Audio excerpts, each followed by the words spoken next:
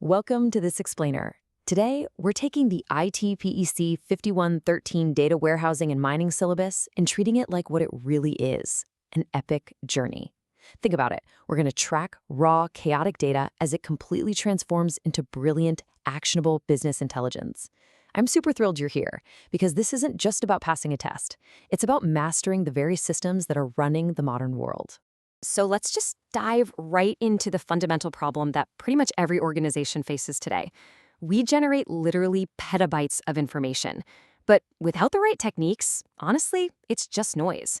How do you take that massive mountain of raw data and turn it into pure profit, or life-saving medical insights, or the next massive tech breakthrough? Well, this course provides the ultimate toolkit to solve that exact problem. Here's our roadmap for the explainer. First, the data warehouse foundation. Second, prepping messy data. Third, supervised versus unsupervised learning. Fourth, mining for hidden patterns. And finally, course structure and assessment. Let's jump in. Part 1. The Data Warehouse Foundation. Right off the bat, you've got to understand that there are two totally different worlds in data. On one side, we have OLTP, which is online transactional processing. Think of OLTP like a buzzing cash register at a busy store. It's fast, everyday, minute-by-minute transactions.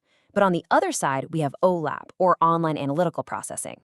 OLAP is like the quiet, strategic boardroom where we step back and analyze the big picture using complex, multidimensional data. This module is all about learning how to bridge the gap between those two worlds. Because you can't just throw millions of records into a warehouse and hope for the best, right? You actually need to design the structure. You'll learn dimensional modeling, specifically how to build star and snowflake schemas to organize everything cleanly. This gets the data perfectly prepped for extraction and loading, ultimately creating these robust OLAP cubes for really deep multidimensional analysis. Moving on to part 2, prepping messy data. Real talk, raw data is notoriously messy. So before you can do any mining, you have to run it through the KDD process, Knowledge Discovery and Databases. It's a step-by-step trial. First you clean it, then integrate it from all its different sources, reduce it down to just what's important, and finally transform it. You'll get hands-on with techniques like binning and histogram analysis to take all those chaotic inputs and turn them into high-quality data sets that are actually ready for prime time. Which brings us to part 3, supervised versus unsupervised learning. In supervised learning, it's kind of like we're handing our data a map. We already know the labels or the exact outcomes we're hunting for. You're going to master tools like the naive Bayes classifier, which uses pure probability to classify data, alongside some serious powerhouse algorithms like decision trees, k-nearest neighbors, and linear regression. These are the tools that let us accurately predict the future based on historical labeled data. It's pretty amazing. But what if we don't have a map? Well, that's where unsupervised methods come in. You just let the data find its own hidden structures.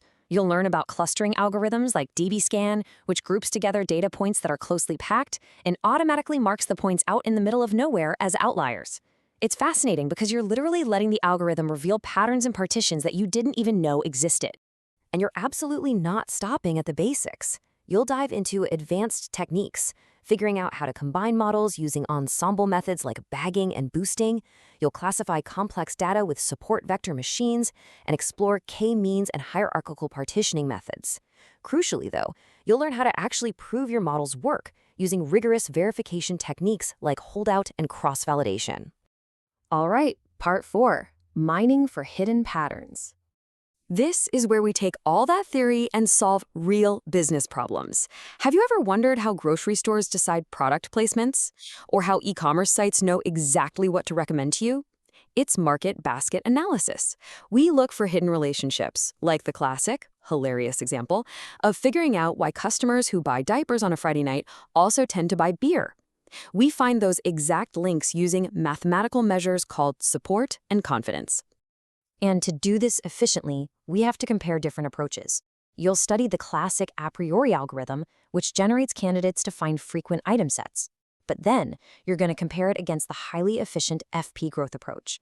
FP growth is brilliant because it uses a tree structure to totally bypass that slow candidate generation step.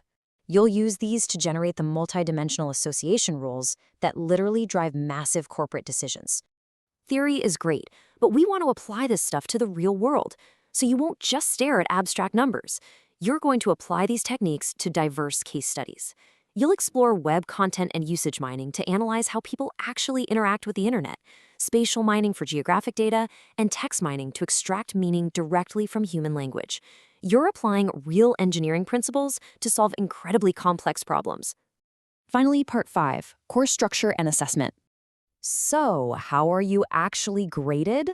Well, your 100 total marks are distributed to keep you on your toes all semester. You've got 20 marks for continuous assessment, which is your numerical assignments, class tests, and active participation. Then, a 30-mark midterm covering the first half of the syllabus, leading up to the big 50-mark end semester exam. And check out how this maps out mathematically. Notice the strong level 3 correlations between your course outcomes and your program outcomes. This proves that mastering these very specific skills, like designing an OLAP cube or thoroughly evaluating a data model, directly and heavily levels up your core engineering, problem analysis, and system design abilities. To totally crush this course, you'll need the right tools. Definitely pick up the core textbook, Data Mining Concepts and Techniques by Hahn and Camber, along with Paul Rajpanya's foundational guide on data warehousing. Also, I highly recommend supplementing your learning with Professor Pabitra Mitra's incredible NPTEL course on data mining from IIT Kharagpur. Hearing these concepts from another expert perspective is an absolute game changer.